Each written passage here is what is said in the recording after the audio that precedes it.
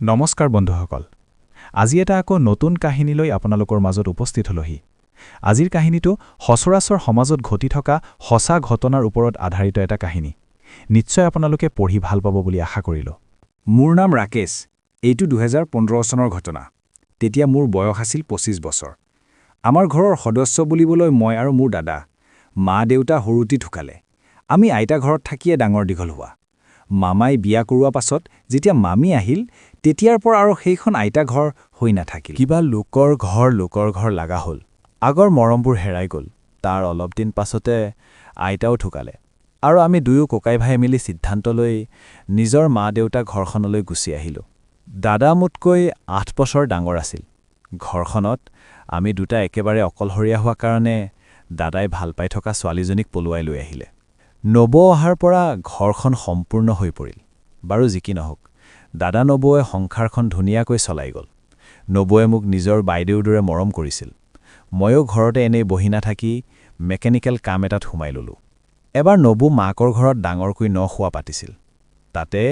নবৌৰ সম্পৰ্কীয় ভনীয়েকেজনীৰ সৈতে চিনাকি হলোঁ তেতিয়া তাই মাত্ৰ মেট্ৰিক পৰীক্ষা দিছিলহে ৰিজাল্ট দিয়া নাছিল দেখিবলৈ লাহি-পাহি একদম মাগুৰ বৰণীয়া দেহা অতি সহজতে যিকোনো ডেকাৰ মন মোহিব পৰা মই প্ৰথম দেখোতেই ভাল পাই পেলাইছিলোঁ তাইৰ নাম কমলিকা লাহে লাহে তাইও মোৰ প্ৰতি আকৃষ্ট হৈ পৰিল আৰু আমি ফোনত দিনে ৰাতিয়ে কথা পতাত লাগিলোঁ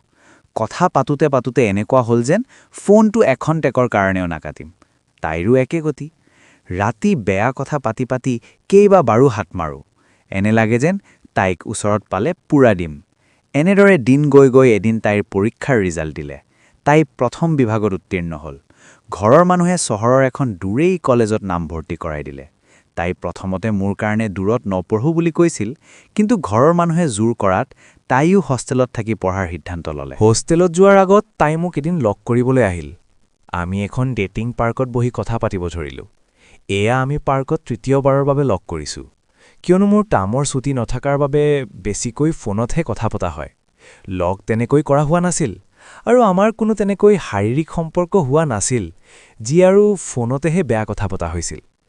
তাই যোৱাৰ পৰত মোৰ চকু চলচলীয়া হৈ পৰিল কিয়নো চহৰৰ কথা তাতে আকৌ তাই বৰ চকুত লগা ছোৱালী যদিহে বেলেগ কাৰোবাৰ প্ৰেমত পৰি মোক পাহৰি যায় তেতিয়া মোৰ কি হ'ব তাই তেতিয়া মোক আশ্বাস দিলে যে তাই তেনেকুৱা একো কাম নকৰে যেতিয়া মোৰ মনত আঘাত হানিব পাৰে আৰু মোৰ বাহিৰে বেলেগ কোনো ল'ৰাৰ প্ৰেমত নপৰে ময়ো বিশ্বাস কৰিলোঁ তাই কথাবোৰ আৰু তাই দুদিনৰ পাছত হোষ্টেলত গুচি গ'ল তাত মোবাইল নিবলৈ নিদিয়ে বাবে তাইৰ লগত কথাও পাতিব নোৱাৰা হ'লে ময়ো কামত নিজকে ব্যস্ত কৰি পেলালোঁ আৰু তাই কেতিয়া আকৌ ঘৰলৈ আহিব তাৰে অপেক্ষা কৰিব ধৰিলোঁ এনেদৰে 6 মাহ পাৰ হৈ গ'ল কিন্তু সিফালৰ পৰা কোনো যোগাযোগ নাই মোৰ লগত মই ভাবিলোঁ একেবাৰে পৰীক্ষা পাছত আহিব চাগে কিন্তু নাই মই এবাৰ কাম ছুটি কৰি তাই পঢ়া কলেজলৈ গ'লোঁ কলেজৰ গেটৰ বাহিৰত বহু পৰ ৰলোঁ কিন্তু তাইক দেখা নাপাই মই ওচৰৰে এখন দোকানত সোমাই তাতে থৈ দিয়া ডেস্ক এখনত বহি থাকিলোঁ তেতিয়া সময় হৈছিল 1:30 আধা ঘণ্টামান পাছত মোৰ সন্মুখেদি কোনোবা ল'ৰা এটাৰ বাইকত উঠি যোৱা দেখিলোঁ তাইক আৰু হাতত এটা মোবাইলো আছিল যিটো তাই এখন হাতে ধৰিছে আৰু আনখন হাতে অচিনাকি ল'ৰাটোৰ পিঠিত ধৰি গৈছে মোৰ আৰু বুজিবলৈ বাকী নাথাকিল ইমান দিনে মই এনেই মিছা সপোন দেখি আছিলোঁ চকু পানীৰে মই বাট নেদেখা হ'লোঁ আৰু ভাবিলোঁ জীৱনত কেতিয়াও আৰু কোনো ছোৱালীক বিশ্বাস নকৰোঁ এই বুলি বাইক ষ্টাৰ্ট দি ঘৰলৈ বুলি উভতিলোঁ সময়বোৰ পাৰ হৈ গ'ল ময়ো লাহে লাহে পাহৰিব ধৰিলোঁ তাইক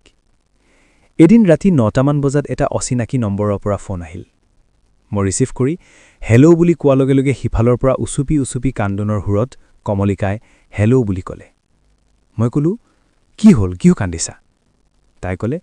তোমালৈ মনত পৰিছে মই হাঁহিব ধৰিলোঁ কিয় হাঁহিছা তুমি তোমাৰ অভিনয় দেখি হাঁহি উঠিছে বাৰু পৰীক্ষা কেনেকুৱা হ'ল বেয়া বঢ়িয়া কিয় তেনেকৈ কৈছা যিজনী ছোৱালী মেট্ৰিকত প্ৰথম বিভাগত উত্তীৰ্ণ হৈছিলে তাই যদি হায়াৰ ছেকেণ্ডেৰীত ফেইল কৰে তাইক বঢ়িয়া বুলি নকৈ কি ক'ম হ'ব দিয়া মই বুজি পাইছোঁ তুমি মোক বেয়া পাইছা ইমান দিনে ফোন নকৰা বাবে সৰি তুমি কেলে ফোন কৰিছা সেইটো কোৱা মোৰ মানে টোপনি ধৰিছে কালি মোক লগ কৰা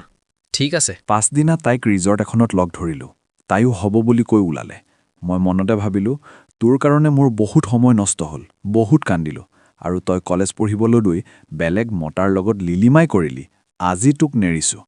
মই ৰিজৰ্টখনত ৰুম এটা বুক কৰিলোঁ আৰু তাইক লৈ গ'লোঁ। তাইও মান্তি হ'ল। আমি প্ৰথমতে কিবাকিবি অলপ খাই ৰুমলৈ গ'লোঁ আৰু তাইক সাবটি ধৰি চুমা খোৱাত লাগিলোঁ।